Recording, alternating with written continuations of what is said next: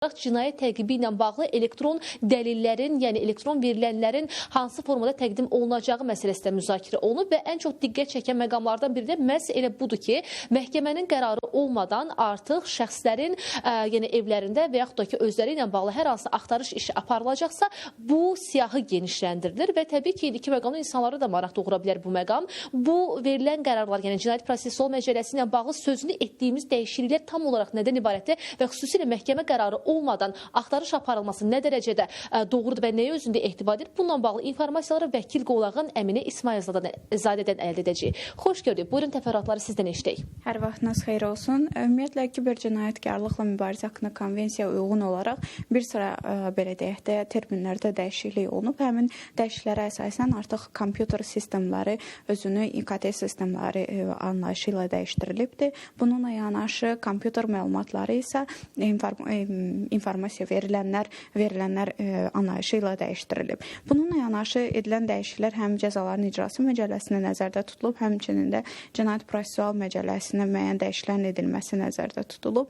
Cəzaların icrası məcəlləsində edilən dəyişikliklərə əsasən burada əsas məqsəd ondan ibarətdir ki, çox aşağı məbləğdə olan cərimə cəzaları ilə bağlı həmin o tutulmalar böyük bir əmlakların üzərinə həbs qoyulmasının, onların belə deyək də mülkiyyət hüquqlarının əldən çıxmasının qarşısını almaq məqsədi daşıyır və həmin dəyişikliklərə əsasən cərimə növündə cəzanın müəyyən olunduğu hallarda müvafiq belə deyək də məhkum barəsində həmin hökmü çıxartmış hakim tərəfindən həmin belə deyək də cərimə üzrə cəzanın həyata keçirilməsi, tutulmanın həyata keçirilməsi icraya yönləndirilir və bu halda ilk öncə onun əmək haqqı və digər belə deyək qazanclarına yönəldilməlidir. Daha sonra əgər əmək haqqı və digər qazancları buna imkan vermədikdə həmin tutulmanın həyata keçirilməsinə, müvafiq icra prosesinə, bu halda onun xüsusi mülkiyyətinə və yaxud da onun payının olduğu ümumi mülkiyyətə yönəldilə bilər. Digər dəyişikliklər isə Azərbaycan Respublikası Cinayət Prosessual Məcəlləsində nəzərdə tutulub. İKT sistemlərinin bizim həyatımızın ayrılmaz hissəsinə çevrilməsi müvafiq dəyişikliklərin zərurətini doğurmuşdur. Çox düz vurğuladınız ki, əsas məqam məhz axtarış və götürmə demək hərəkətləri ilə bağlıdır. Belə ki, məhkəmə qərarı olmadan axtarış və götürmənin həyata keçirildiyi halların siyahısı belə deyək də qanunvericilikdə artırılıb. Bu hansı hallarda həyata keçirilə bilər?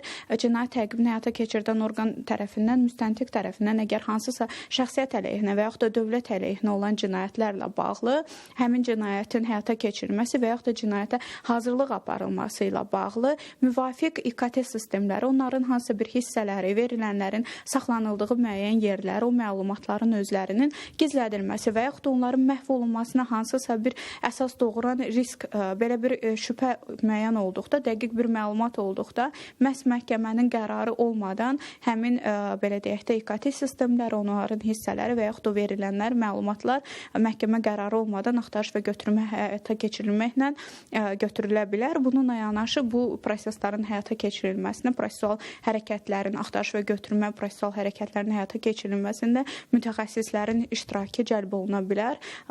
Digər dəyişikliklər isə məhz informasiya kommunikasiya sistemləri və belə deyək də elektron sübutlarla bağlıdır. Elektron sübutların saxlanılması ilə bağlıdır. Belə ki, elektron sübutların saxlanılması ilə bağlı aparılan dəyişikliklərdə qanunvericilikdə olan dəyişikliklərə əsasən müvafiq materiallar elektron sübut hesab olunan müvafiq materiallar cinayət təqibinin həyata keçirilərkən mütləq şəkildə cinayət işinin saxlanıldığı bütün dövrlərdə saxlanılmalıdır və bununla yanaşı əgər bu belə deyək də sübutların məxsus olduğu mülkiyyətçiyə hansısa bir uçot proseslərinin həyata keçirilməsinə və yaxud da qanuna uyğun müəyyən bir belə deyək də hansısa bir tədbirlərin həyata keçirilməsinə zərurət olduqda onlardan istifadə olmasına mütləq şəkildə şərait yaradılmalıdır və demək geri qaytarılması ilə bağlı olunan dəyişikliklər əsasən isə məhkəmənin yekun hökmünün qüvvəyə mindiyi tarixdən 1 il müddətinədək və yaxud da cinayət işi üzrə icraata xitam verilməsi haqqında qərardan sonra müvafiq sübutlar onun mülkiyyətçisinin müraciəti əsasında geri qaytarılmalıdır. Lakin bu halda mütləq şəkildə müstəntiq məhkəmə və yaxud da prokurorluq tərəfindən həmin sübutların sürətləri mütləq şəkildə saxlanılmalıdır.